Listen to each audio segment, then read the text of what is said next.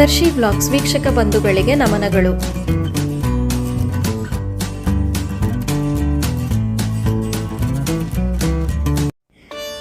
ಒಳ್ಳೆಯ ಮಾತನ್ನು ಆಡಬೇಕು. ಎಲ್ಲಿ ಏನು ಹೇಳಬೇಕು, ಎಷ್ಟು ಹೇಳಬೇಕು ಅಷ್ಟೇ ಹೇಳಬೇಕು. ಸಮಯ ಸಂದರ್ಭ ನೋಡಿಕೊಂಡು ಮಾತನಾಡಬೇಕು. ಮಾತು ನಮ್ಮ ಕೈಯೊಳಗಿರಬೇಕೇ ಹೊರತು ಮಾತಿನ ಕೈಯೊಳಗೆ ನಾವಿರಬಾರದು.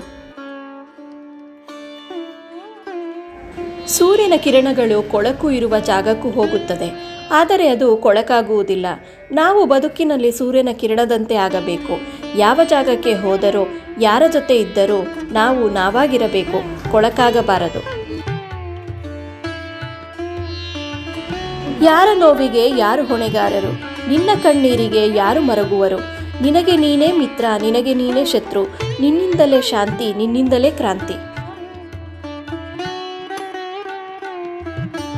ಕಷ್ಟಗಳನ್ನು ಮೌನವಾಗಿ ದಾಟಬೇಕು. ಪರಿಶ್ರಮ ಸದ್ದಿಲ್ಲದೆ ಸಾಗಬೇಕು. ಸಿಗುವ ಯಶಸ್ಸಿನ ಶಬ್ದ ಜಗತ್ತಿಗೆ ಕೇಳುವಷ್ಟು ಜೋರಾಗಿರಬೇಕು.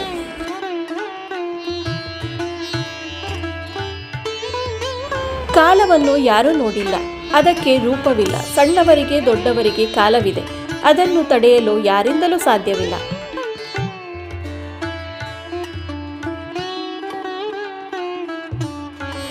ಪರ್ವತ ಬೆಳೆಯುವುದಿಲ್ಲ, ಆದರೆ ತಾನು ಬೆಳೆಯಬಲ್ಲೆ ಎಂಬ ವಿಶ್ವಾಸದಿಂದ ಪ್ರಯತ್ನಿಸಿದರೆ ಪರ್ವತಾರೋಹಿ ಖಂಡಿತ ಯಶಸ್ಸು ಪಡೆಯಬಲ್ಲ.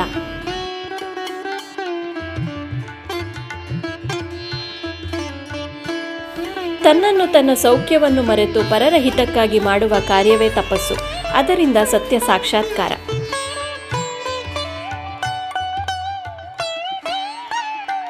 ಸತ್ಯದ ಶೋಧಕನಾದ ಸಾಧಕನು ಮೊಟ್ಟ ಮೊದಲು ಮಾಡಬೇಕಾದ ಮಹತ್ತರ ಕಾರ್ಯವೆಂದರೆ ತನ್ನ ಹೃದಯದಲ್ಲಿ ಪ್ರೇಮದ ಜ್ಯೋತಿಯನ್ನು ಹೊತ್ತಿಸುವುದು.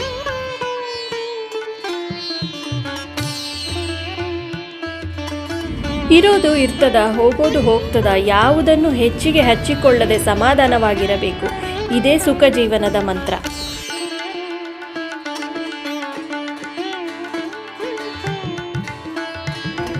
ಒಂದು ಕಾಲು ಮುಂದೆ, ಇನ್ನೊಂದು ಕಾಲು ಹಿಂದೆ. ಮುಂದಿನ ಕಾಲಿಗೆ ಗರ್ವವಿಲ್ಲ, ಹಿಂದಿನ ಕಾಲಿಗೆ ಬೇಸರವಿಲ್ಲ.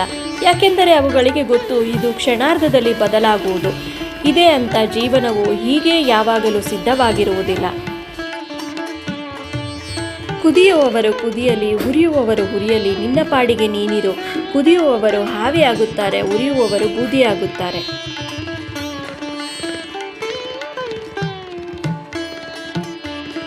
ಮನಸ್ಸಿದ್ದರೆ ದಾರಿ ಖಂಡಿತ ದೊರಕುತ್ತದೆ, ಇಲ್ಲವಾದರೆ ಅದೇ ಮನಸ್ಸು ಕಾರಣ ಹುಡುಕುತ್ತದೆ.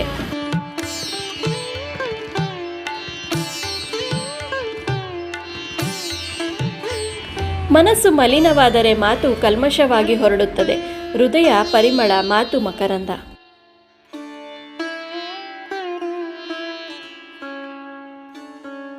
ಈ ನನ್ನ ಪ್ರಯತ್ನ ಇಷ್ಟವಾದಲ್ಲಿ ದಯವಿಟ್ಟು ಲೈಕ್, ಶೇರ್, ಕಮೆಂಟ್ ಮತ್ತು ಸಬ್ಸ್ಕ್ರೈಬ್ ಮಾಡಿ.